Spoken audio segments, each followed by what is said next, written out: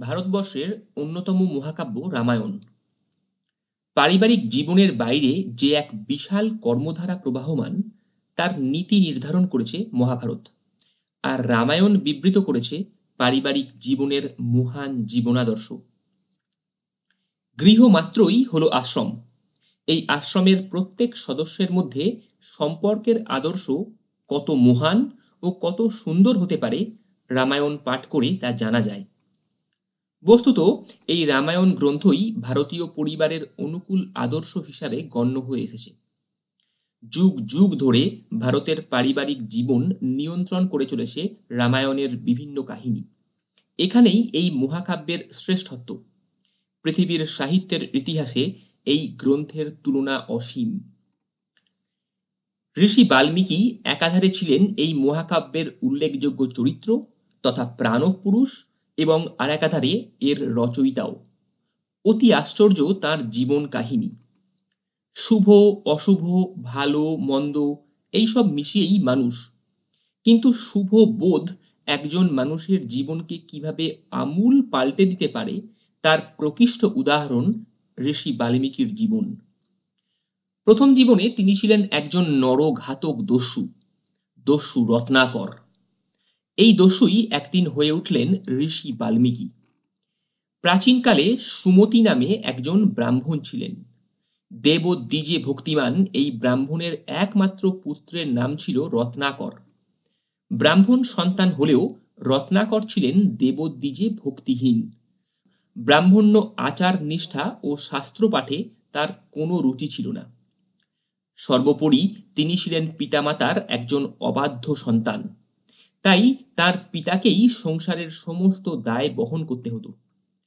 সুমতি যেখানে বাস করতেন সেখানে একসময় ভীষণ দুর্ভিক্ষ দেখা দিল। পরিবার প্রতিপালন কঠিন হয়ে পড়ায় সুমতি স্ত্রী এবং পুত্রসহ অন্যত্র বসবাস করবেন বলে গৃহ ত্যাগ করে বেরিয়ে পড়লেন।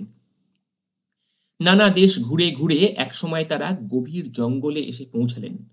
ব্রাহ্মণ সুমতি সেখানেই একটি কুটির নির্মাণ করে বসবাস শুরু করলেন। ততদিনে তিনি বৃদ্ধ হয়েছেন, কাজকর্মেও শক্তিহীন হয়ে পড়েছেন। ফলে সংসারের তিনটি মানুষের অন্নসংস্থানে বাধা পড়ল। রত্নাকর উপার্জন করে সংসার চালাবেন সেই ক্ষমতা তার কোথায়? তিনি বিদ্যাহীন, কাজেই বাধ্য হয়ে তাকে দস্যু বৃত্তি গ্রহণ করতে হলো।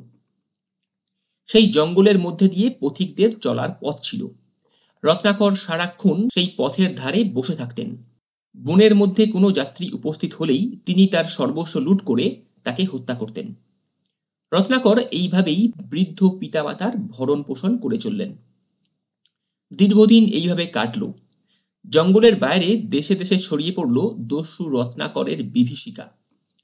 এই সময়ে জগতের মঙ্গলের ইচ্ছাতেই বুঝি বিধাতা পুরুষ বেছে নিলেন দস্যু রত্নাকরকে।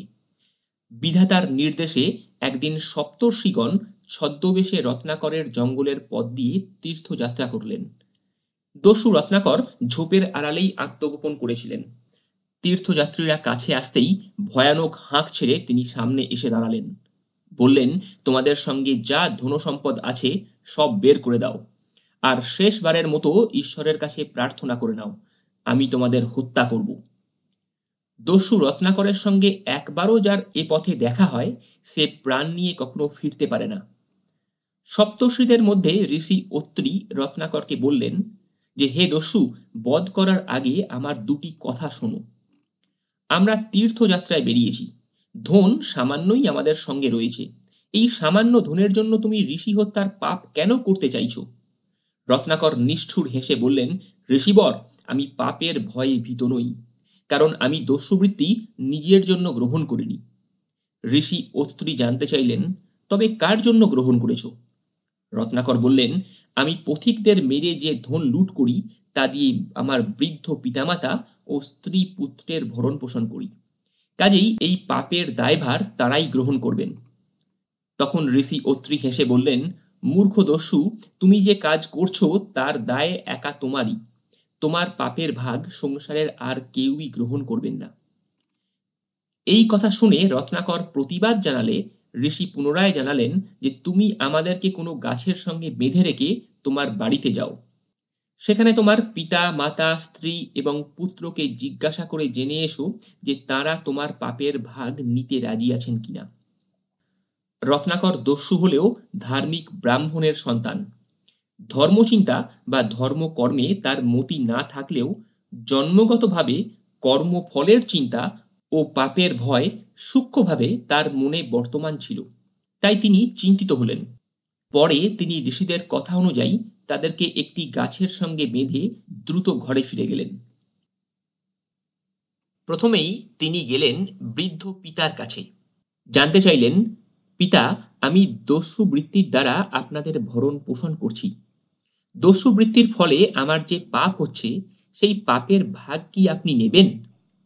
ছেলের কথা শুনে বৃদ্ধ পিতা সুমতি বললেন, পুত্র, বৃদ্ধ পিতার ভরণ পোষণ করা প্রত্যেক পুত্রেরই কর্তব্য।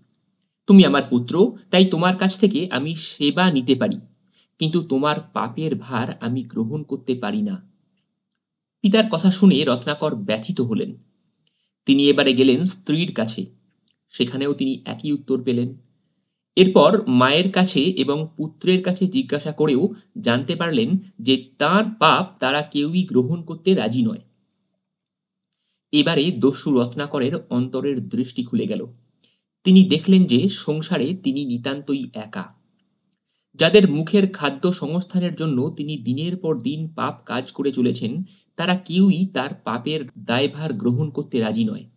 সংসারে তার সমব্যথী কেউই নেই। রত্নাকর সেই মুহূর্তেই ঘর ছাড়লেন। ছুটে এলেন গাছতলায় ঋষিদের কাছে। তাদের বাঁধন খুলে দিয়ে তিনি ঋষি অত্রির পায়ে লুটিয়ে পড়ে কাতরভাবে তার পাপ মুক্তির উপায় জানতে চাইলেন। মহর্ষি তাকে আশ্বস্ত করলেন এবং বললেন যে একমাত্র পবিত্র রাম নামেই তোমার পাপ দূর হতে পারে। এরপর তিনি রত্নাকরকে একাগ্র চিত্তে রাম নাম জপ করতে উপদেশ দিলেন। ঋষিরা চলে গেলেন নিজেদের পথে, আর রত্নাকর বসলেন রাম নাম জপ করতে।